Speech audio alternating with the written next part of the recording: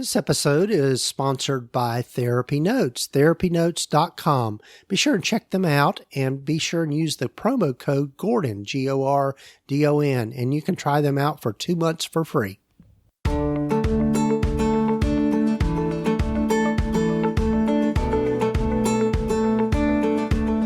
Over 15 years ago, when I started my private practice, I had to learn a lot, and most of it the hard way, and I don't think you need to do the same. Hi, I'm Gordon Brewer, a licensed psychotherapist, and welcome to the Practice of Therapy podcast, part of the Psychcraft network of podcasts. Join me in this journey of discovery as we have conversations with other leaders and professionals in both the mental and allied health fields. Join us as we explore both the business and clinical sides of running a private practice.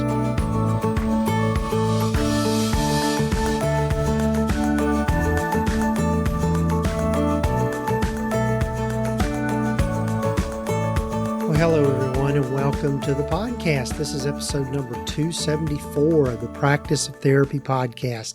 So glad you've joined me. Hope you're having a good April, and hope you've had a good holiday season if you celebrate that, whether it be Passover or Easter or other things that are happening around this time of the year.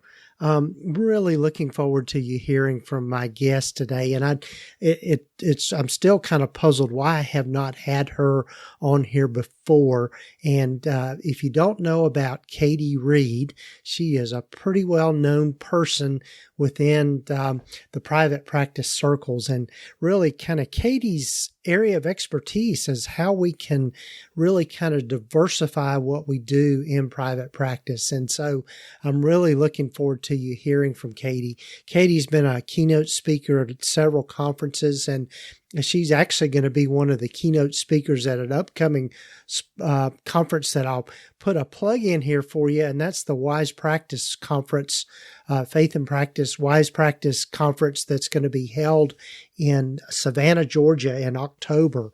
And my good friend Whitney Owens is putting that on, and she has picked a good one for one of her keynote speakers. So I'll have links here in the show notes and the show summary for you to find out more about the upcoming conference. I'm looking forward to being there. I know that my organization, or the Psychcraft network, is one of the sponsors of the conference. So it's going to be a good one. It's going to be focused on those of us that have faith-based conference practices, and it's going to be in a beautiful location in Savannah, Georgia. So check that out. You'll see the links here in the show summary and the show notes. Also, before we get to my conversation with Katie, I'd love for you to check out the resources on Practice of Therapy, and you can just simply go to practiceoftherapy.com and find out about all the stuff that we've got to offer. Some of the things that have been going on lately is just really a focus on community. And I've got several different avenues that you can do that. I've got a free community called just simply the Practice of Therapy community. And that's housed on the Circle platform, which just gives us a little more control and just, pulls it off of social media, which I'm kind of enjoying it being off of there. But anyway, you can check that out. Also, the Practice Launch Club, you can find out more about that. And also upcoming focus groups for group practice owners. Again, a lot of that stuff can be found, all of that stuff, not a lot of it, but all of it can be found at practiceoftherapy.com. And if you have any questions of me, you can feel free to reach out to me at Gordon@practiceoftherapy.com. So here real quickly before we get to my conversation with Katie, I'd love for you to hear from our sponsor, TherapyNotes, and also one of the members of the Psychcraft network. Hey everyone, I'm Kim Tolson. If you don't know me yet, I'm the person behind the Traveling Therapist podcast, which is part of the Psychcraft network of podcasts. I'm so proud to be a part of this network, along with Gordon at the Practice of Therapy podcast. If you haven't discovered the Traveling Therapist podcast yet, you can find us wherever you listen to podcasts. I'd love for you to join us and explore the ins and outs of running a therapy practice while you travel the world. Be sure to check us out at thetravelingtherapist.com/podcast for all the updates and lessons I'm learning as a traveling therapist and the adventures of other traveling therapists. One of the keys to a successful private practice is having the right systems and processes in place to make things run as smoothly as possible. With a system like TherapyNotes, you'll have more time to spend with what matters most, your clients. TherapyNotes is a complete practice management system with everything you need to manage patient records, schedule appointments, meet with patients remotely, create rich documentation, and bill insurance right at your fingertips. Their streamlined software is accessible wherever and whenever you need it. Your clinical records will be secure with less paperwork, which means you can give a much better quality of care. It's the EHR that Gordon uses in his practice. Be sure to check them out today by going to practiceoftherapy.com/therapynotes and be sure to use the promo code GORDON to get 2 months free.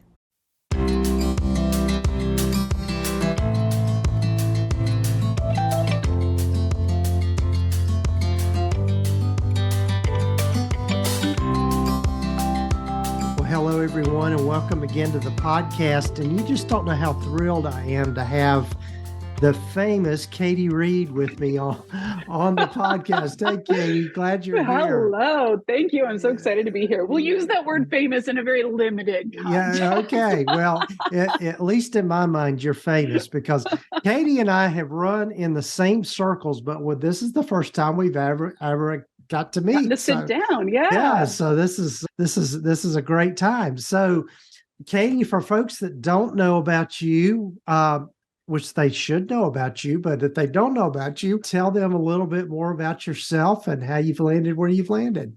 Sure. Great question. I am Katie Reed. I am a longtime therapist. I always joke that I had every job in the field, from private practice to teaching grad school to directing large community mental health programs, creating therapy training materials. I've done it all. I've loved it all. If you've had any job in this field, I probably had a similar job and we could probably bond over that. And I loved it all. And then we hit a point where a couple of things happened in my life kind of back to back that forced me to change my trajectory. One is that my 2 young boys were diagnosed with special needs, and I could no longer, I had to, make them my priority, taking care of them. I could no longer just turn off my phone and be sitting in sessions all day long. And then a little bit after that, we were actually moved to a new state with my husband's job. And so all of a sudden, I lost my livelihood. I had to start from ground zero on getting relicensed in a new state, despite all my prior years of experience. And during that time, I needed to make money to support the family. And so I was like, okay, I'm not licensed here, can't go open an office. What am I going to do? And it forced me to get creative. And to make a long story short, what eventually I moved into was helping therapists with marketing, with copywriting, things like that. That was a skill I already had. And I knew I could, figure it out little by little, I always say, as like a middle-aged, non-techie suburban mom, if I can figure out the internet, anybody can. Oh my goodness. My husband still can't believe it. But that grew pretty quickly. And I discovered that actually what I really loved were when I would get therapist clients who were moving into kind of the next level of their own life. So they were like, I'm thinking about coaching. I'm thinking about how do I create an online course, or they're wanting to run a retreat or things like this. And that jazzed my creativity so much working with them. And I loved it. And what eventually grew through all of that is that over time, I came to develop the only coaching certification that actually exists for people who are therapists first. And so it gives the therapist credit for everything they already know, everything they already do, all those years of grad school, all those years of sitting with clients. And it sets you apart a little bit in the coaching world. We call it the Clinic Coach Academy. It's the Clinic Coach certification. And so that's what I do now. And we teach therapists how to step into their next level, how to outgrow the office. For a lot of people, it ends up that they're doing work that they feel the most called to do than they've ever done, because they're able to really finally niche down to things they're really passionate about, use all their creativity, use all their personality, bring their true authentic self to the work in a way that you don't always experience as a therapist. And so that's what I do now. I love it. It's a lot of fun. Oh That's yeah. me. Oh yeah, that's great. And it's funny because as I was telling Katie before we started recording, I've actually got one of my therapists. She's been with me the longest, and she's really reaching that point where she's really thinking, okay, I'm ready to do something different. I'm ready to do something a little more. And she's, same scenario to some degree. She's a mom. She's a single mom, and her kids are getting older, and she's having to spend more time doing things with them, all of those kinds of things. So really looking at that whole process. And I think for those of us that have been doing it a while, we realize that we reach this kind of glass ceiling to some degree. Yeah. And so figuring out what is that next step? How do we Yes. do all this stuff?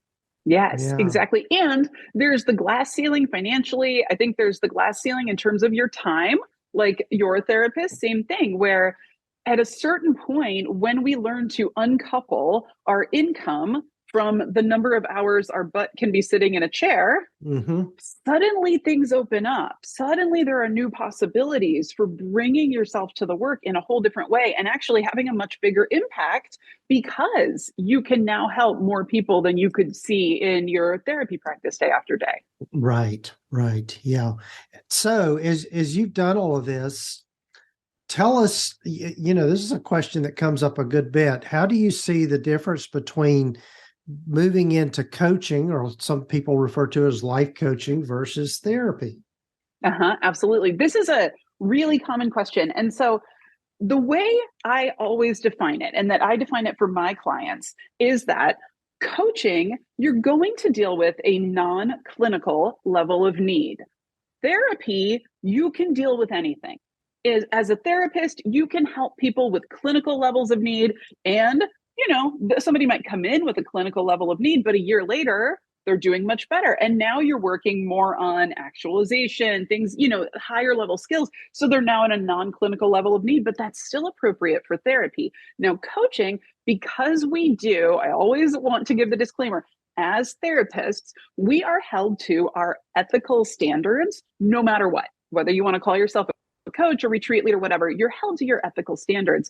To me, that carries a certain responsibility that we explain the difference to our clients, that we are very clear about the difference.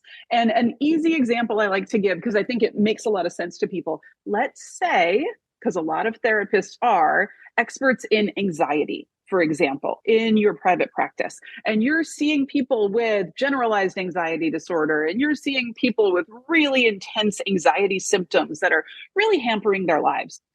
What you're teaching them, what you're working through with those clients, you could actually take those same skills and apply them to people with lower levels of need. So you could apply those to people who get first date jitters. For example, here we have a non-clinical level of need. Oh, I get so nervous on first dates. I just need some skills for first dates. Or I want to move into public speaking, but I get so nervous. It's so hard. I just need some skills for public speaking. You can actually repurpose the skills that you have, still be working with the population that you love, but it's just that they're not at that clinical level of need where their life and their behavior is really deeply impacted. Yeah. One way I've heard it kind of couched is that therapy is more about looking at a person's internal world and how their past has affected it and all of those kinds of things. Whereas coaching is more working on a specific problem around a specific issue. Yes, that's beautifully said. Yes, I love that. And I think, and that's kind of the fun part with coaching is that often as therapists, you and I know, you choose a niche and you get some people that come in and they're in your niche and they're a great client, but 6 months later, you're helping them with every single part of their entire life. Whether or not you're truly an expert in that area, you're expected to be the expert in everything. And with coaching, because we do choose that one certain area, that one certain problem, now we really truly get to pick something that we love, that we're passionate about, and that we can be an expert in. And you're not expected to also go solve their marriage problems and help them overcome their eating disorder and everything else that happens in therapy. That's just a realistic course of therapy. You're just helping with this one problem that you hopefully are passionate about and that you love helping people with. Right, right. Yeah, I love that. So, yeah. So, as people maybe are kind of thinking about this, I know that a lot of times I hear from folks, particularly people that I do coaching with and consulting with, and we talk about this transition. There's a little bit of a pushback from what we get trained to do of saying, well, no, I'm a therapist. I'm not a coach. I mean, anybody can be a coach, but I'm specialized, and they kind of get on their high horse a little bit. You want to talk a little bit about that? Sure. I mean, I think it's common and it makes sense. And I think the reality of the coaching world is that this is still a world in its infancy. I think coaching as a specialty, as a thing that people are doing, yes, it is a multi-billion dollar industry. It is still a baby industry. And because of that, it is kind of the Wild West, right? Like anybody can wake up tomorrow and be like, I'm a life coach now. And the trouble is, if that person has the brother-in-law who's a website designer that can build them a beautiful website by the weekend, they are going to look like a better life coach than you as a therapist will when you're home trying to do it yourself on Wix and figure it all out as you go. That is one of the challenges, right? That was part of actually my impetus in creating the certification and actually calling it Clinic Coach, a clinically trained coach, just to help people set themselves apart a little bit. I would not be surprised, given that I do feel like coaching is still in its infancy, it would not surprise me one bit if eventually, as coaching grows through its adolescent stages, if eventually you actually do need some sort of therapist background to be able to call yourself a coach. I would not be surprised if coaching begins to codify a little bit and say, okay, actually, no, you do need a psychology degree, or you do need some sort of therapist background or therapist license, whatever it is, before you can use that title and call yourself a coach.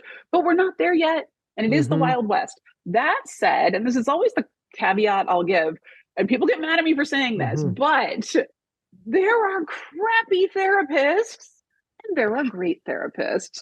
Just like there are crappy coaches and there are great coaches. There are crappy accountants and there are great accountants. You know, every field has this. And so as therapists, I truly don't think you can throw out the baby with the bathwater on coaching. The reality of coaching, in a lot of ways, many people who might not be trained therapists, they might still come in with a lived expertise, with an experience that they have gone through that now they want to help other people with. And in fact, a lot of the therapists who come into our program, they're not necessarily coming in and saying, I want to use my therapy expertise. They're coming in and saying, I went through a terrible divorce and I want to help other people so that their divorces don't have to be that bad. Or like in my case, I'm a special needs mom. Maybe I'm going to go try to help other special needs moms because I know the depth and emotion of that experience just from living it, not because I was ever trained in school and anything like that. And so that's part of where we as therapists, I think, get to be more human as we start to outgrow the office, because we can bring in more of ourselves and what we love and what we're passionate about, but also just our authentic life experience. Right. Yeah. So say more about outgrowing the office. I love that way of couching that. So yeah. For me, when I think about it, and what we see in our clients is that there are a lot of people who hit a certain point in their career where maybe they've been a therapist already, they've had their private practice 10, 15 years, you know, it's going well, they're making good money, like they enjoy the work, they're happy with it. But they also hit that point where they've looked around and they've been like, so I've got 20 years until retirement. Am I just coming to this little office every day and just seeing a couple clients every day and kind of having a lot of the similar same conversations every day from now until then? Like, is that really it? And they hit that point where they're kind of ready for the next challenge. And they're starting to look around and think, well, what if I have more to offer? What if I have more creativity to use? What if I have more of my story to tell? And that becomes the catalyst where they start looking around going, okay, what else could I do where I'm still a helping professional, I'm not just burning out and leaving the field like many do. I still want to help people. How could I do it in a way that creates more freedom or more vitality or more excitement again? I always think back to when I was in grad school. I was like the nerd that ran home to read my books because I was so excited about everything we were learning. And, you'd get together with all your friends in your cohort and just talk all night about all the cool stuff you were learning. And it's funny, then we go through all the years of working, you don't necessarily find that level of excitement again until, for me at least, and we have people in our group all the time coming in going, oh my gosh, I just stayed up all night working on this because I was so excited. Look at what I made, you guys. And you find that excitement again because you're learning so much new stuff. You're on that new learning curve, which so many of us are just lifelong learners, and that's what gets us motivated anyway. And they're just excited to be there. And what I find really cool is that, like, I'm a Gen X person, but I find more and more, and I thank social media for this. I think younger and younger people, millennials, even Gen Z, are realizing sooner the thing that took some of us into our 40s to realize, which is, wait, I can do more. There's a lot of people out here doing more. There's just therapists on the internet putting content out, people writing books, people leading retreats. If they can do it, why can't I? And people are jumping in younger and younger and just exploring what the bigger possibilities are for them. Right. It's that whole overcoming imposter syndrome kind of thing, because I think, particularly for those of us in this field, our knowledge just translates in so many different ways as far as the different things that we can do with our our knowledge. Well, and it's interesting. I find over and over that therapists as a whole, we devalue and underestimate how much we actually know compared to the average layperson who did not go to school for psychology. And so I have people in my group all the time who come in with that imposter syndrome, feeling like, I'm not the top Harvard researcher in this area. I don't have a famous TED talk about this topic, and therefore I am nothing. I have nothing to offer. And getting through that barrier, when they start to go out and talk to their own potential clients, and they come back into our group and they're like, I talked about the most basic stuff that I just thought everybody knew. And this client was blown away. They had never heard anything like that before. And it's like, right, you know so much and you don't realize how much you know, partly because we all probably talk to therapists all day. So this is like our language. Right. Right. And so we're used to it. But the average person is like, wait, what? Like, my thoughts create feelings? Wait, what? There's a link there. It's just those things. Yes. Yeah. It's that whole phenomenon of the curse of knowledge to some degree. I mean, it's just kind of like we're at a certain level, but that's just not, other folks are not. Yeah. Right. Because, you went to grad school, you studied for those exams, you've sat with clients, you know things so deeply in your bones that you don't give yourself credit for often as a therapist. Yeah. Right. So if someone is thinking about, if this is getting their wheels turning and they're thinking about, okay, what would it mean for me to pivot into moving more to a broader reach with what you're doing? I mean, it's that whole phenomenon of going from the one-to-one way of providing services to the one-to-many. What would you say is the starting place for folks? So interestingly, I actually still recommend, when you move over and you start offering coaching, I actually recommend still starting one-to-one for most people, not for everyone, but for most people. And here's why. It's a different language. So you're learning to speak a different language. It is a more problem-first language, because if someone is on the internet and they're saying, my husband never listens to me, and they're trying to go find that solution on the internet, what do I do to make my husband listen to me? They are in the problem in their head. And so we cannot come in as therapists and go into a coaching space and say, I help people find joy and love and balance in their marriage. It's not targeted enough. They're like, you don't get the problem. It's a bigger problem than that. My husband never listens to me. And so we actually need to train ourselves to come in and say, oh, I help people who feel like their husbands never listen to them. I help you open that communication back up in your marriage. I help you guys get back on the same page. So we need to first learn how to do that and articulate what we can do, what we can help people with. And then we learn to kind of package our services like, yep, this is what I help people with. And I have an 8-week coaching package. And these are the various things that we do in these 8 weeks. And this is the cost of it. And so we learn to sell ourselves. We learn to sell our services. And for me, I know a lot of therapists get sort of turned off by that word sales. I don't know about you. For me, I am extremely security motivated, and I always have been. And when I realized that learning to explain what I can help people with, explain it on the internet, which is different than like one-on-one, face-to-face, explain it on the internet, explain on a web page what I can help people with, and actually accept payment for my knowledge, for my services. This is the universal skill of security.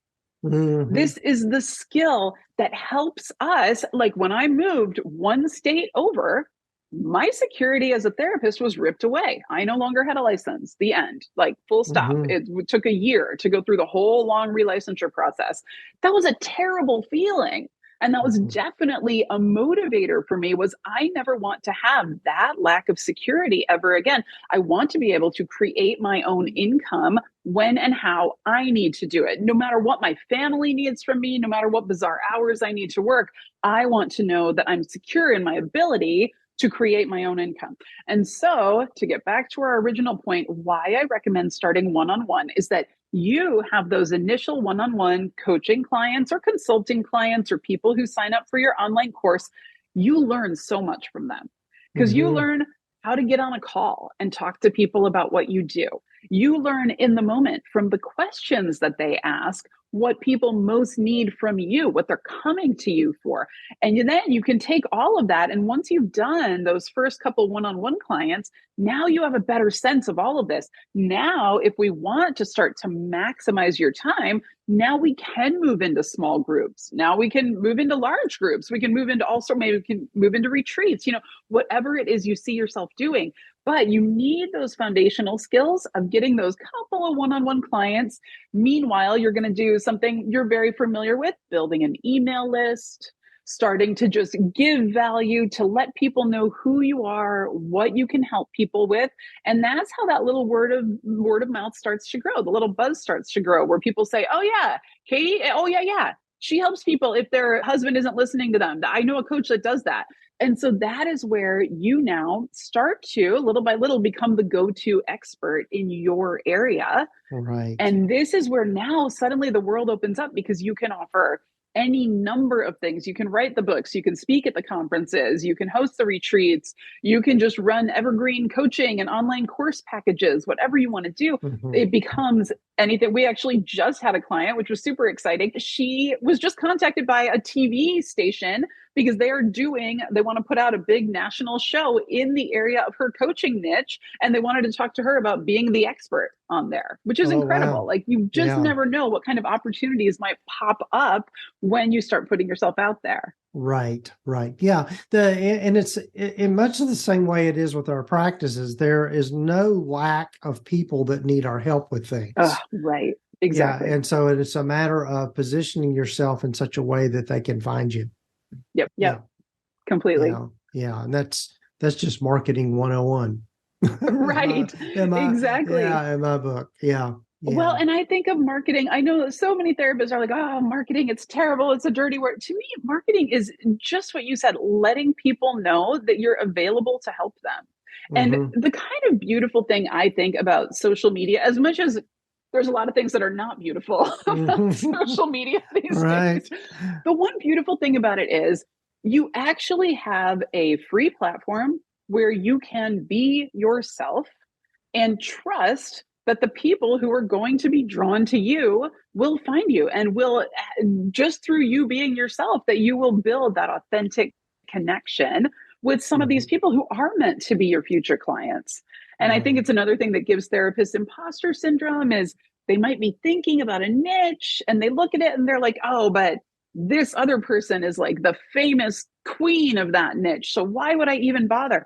Not realizing that the giant titans, the kings and queens of these different niches, they don't have time to sit one-on-one with coaching. They don't do any of that anymore.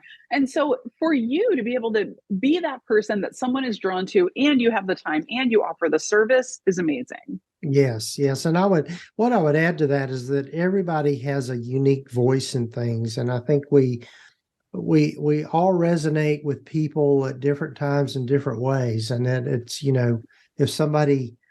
if somebody doesn't necessarily resonate with me, they might absolutely resonate with you, Katie. And so it's just, yeah. And so I think we all have our own style and our own way of doing things. And I think that's why there's more than enough out there for everyone. Yeah.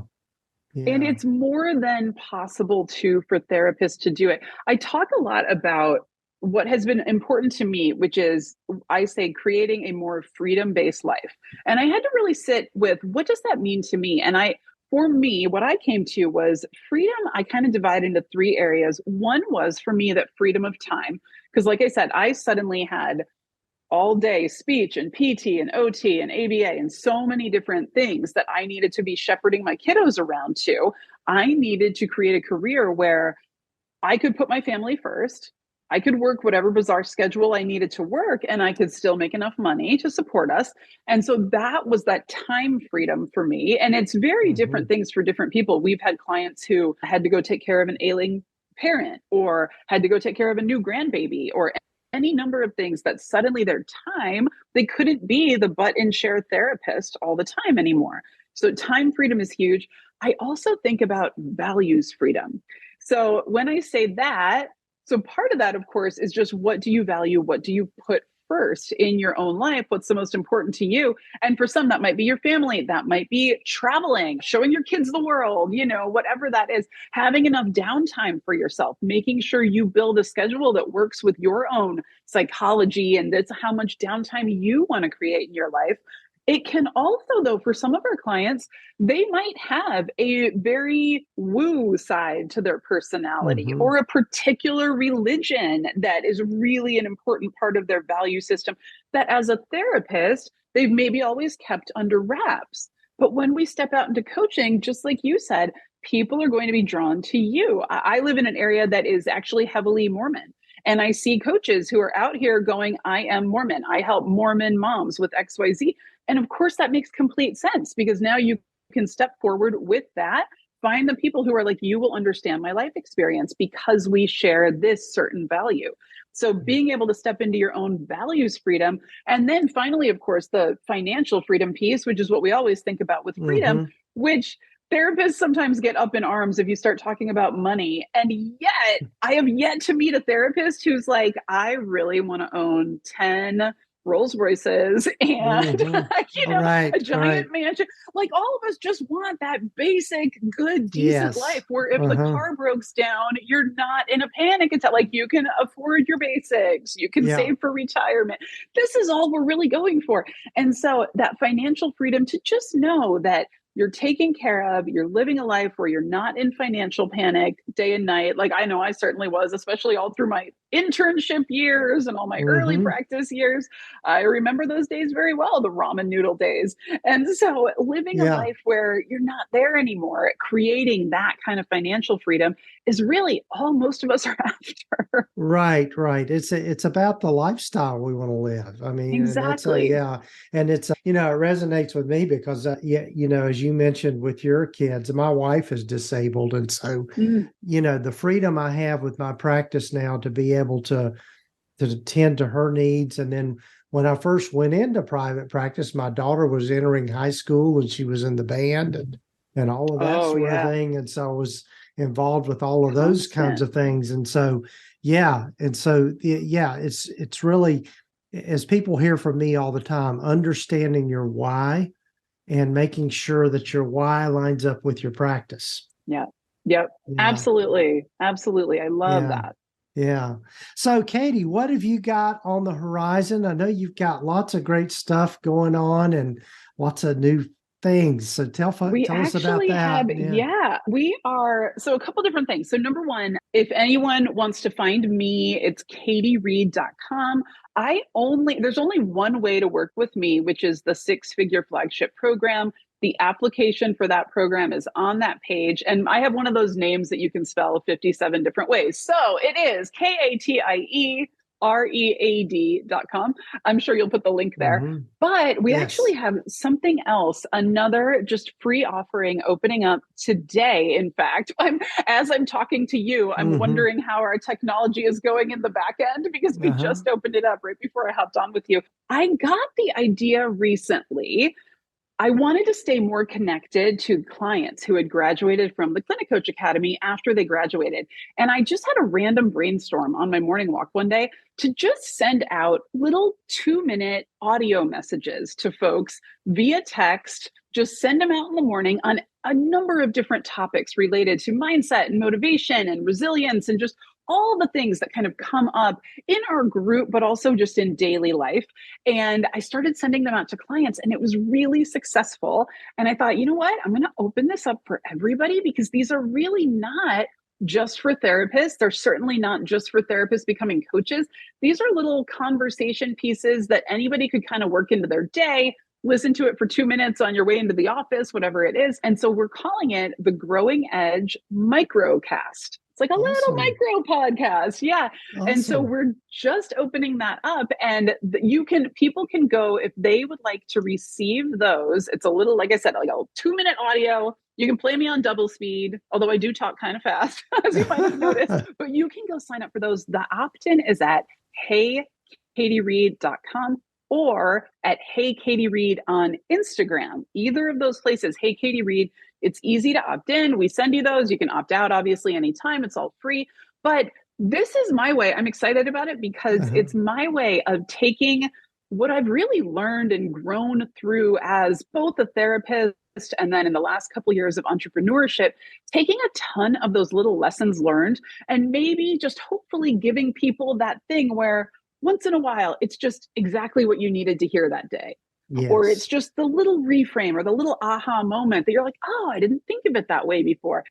And clients have been bringing them into their therapy sessions with their own clients, bringing them into coaching sessions. So it's just that little friend that you have a little 2-minute chat with in the morning. And then you can kind of think about it later on during the day. So we're excited for that. Yeah, that's brilliant. I love that. That's really great. And as Katie mentioned, we'll have this in the show notes and the show summary for people to get to easily with all these things. Awesome. Well, Katie, I want to be respectful of your time. What parting thoughts do you have for folks?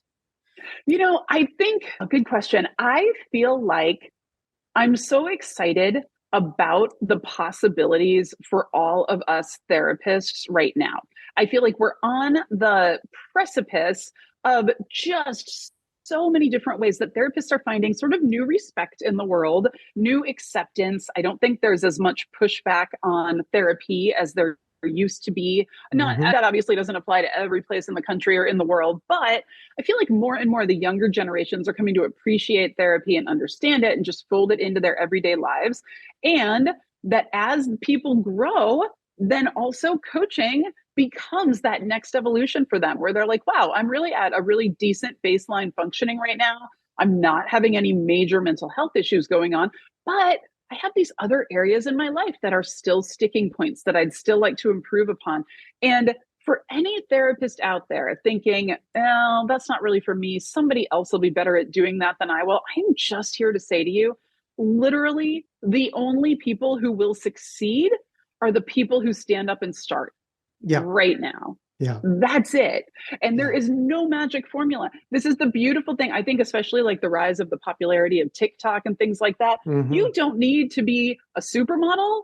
You don't need to be the top brilliant brain at Harvard. You don't need to be any of the things that we like to put in our way. I'm too old. I'm too young. I'm too this. I'm too that. No.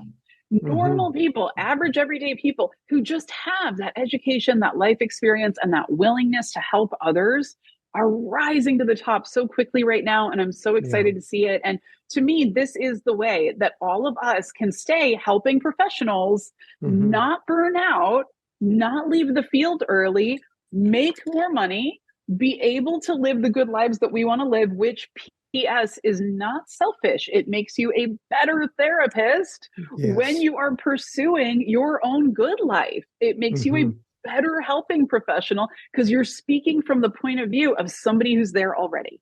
And then you can pull your clients up with you, which is a lot easier to do than being down in the muck with your clients and being like, you should really go there to the top of that. I've never been there, but it looks nice up there, doesn't it? Yeah. No. Get to the top of that hill, pull them up with you. It makes you an even better therapist in the long run. Yeah. And I think the thing that the word that was kind of resonating in my mind as you were saying that, Katie, is just the ability to make yourself accessible to folks. Yes. I think that's so important and just all the way around. Yeah. Yep, completely. And that's accessibility is so big. Like if you go to katiereed.com/freebie, we have a ton of freebies. There's way too many hours of me talking on the internet, but that is possible for any therapist to do. You can put out so much free information, so much free help that really you become accessible to everyone at that point. And it's amazing to be able to do that. I love that. And you have a bigger impact beyond just your hometown. You have this much larger impact to be had. That's great. Well, Katie, again, I want to be respectful of your time. I'm looking forward to getting together with you. I know a really little plug here for our friend Whitney Owens and the Wise Practice Summit. Katie and I both will be at that summit, and I'm looking forward to it. And so I can't wait. I will be nervously delivering the opening night keynote. I just found out the other day I was opening night. I was like, whoa, new nerves unlocked. It'll be awesome. You'll do great with that. I know. Can't wait. Yeah. Well, thanks again, Katie, for being on the podcast. Thank you. I know we'll be having you back again. Okay, good. Can't wait. Thanks, Gordon.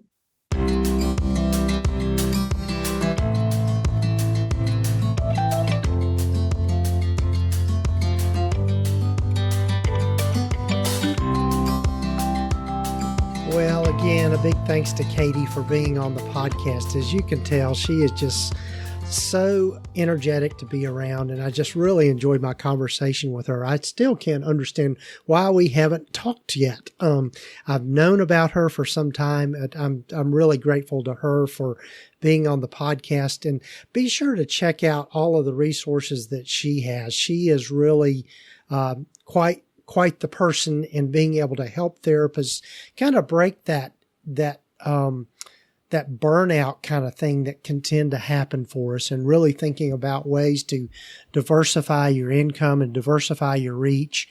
She's got a lot of great things available for people.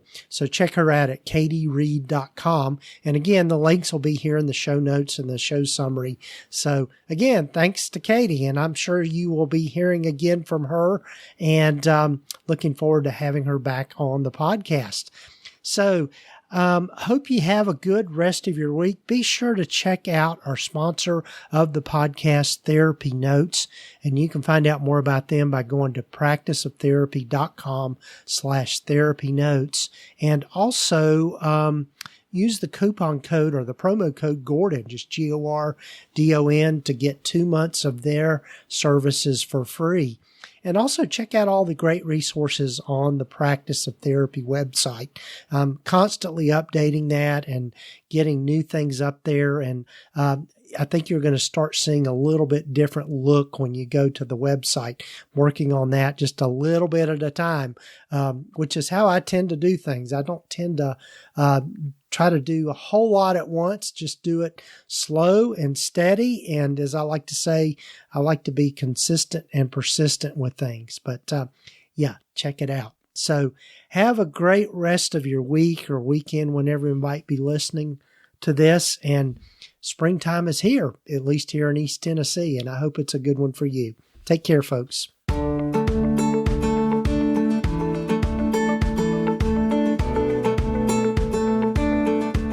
You've been listening to the Practice of Therapy podcast with Gordon Brewer, part of the PsychCraft network of podcasts. You can find out more about the other great podcasts in the network by visiting psychcraftnetwork.com.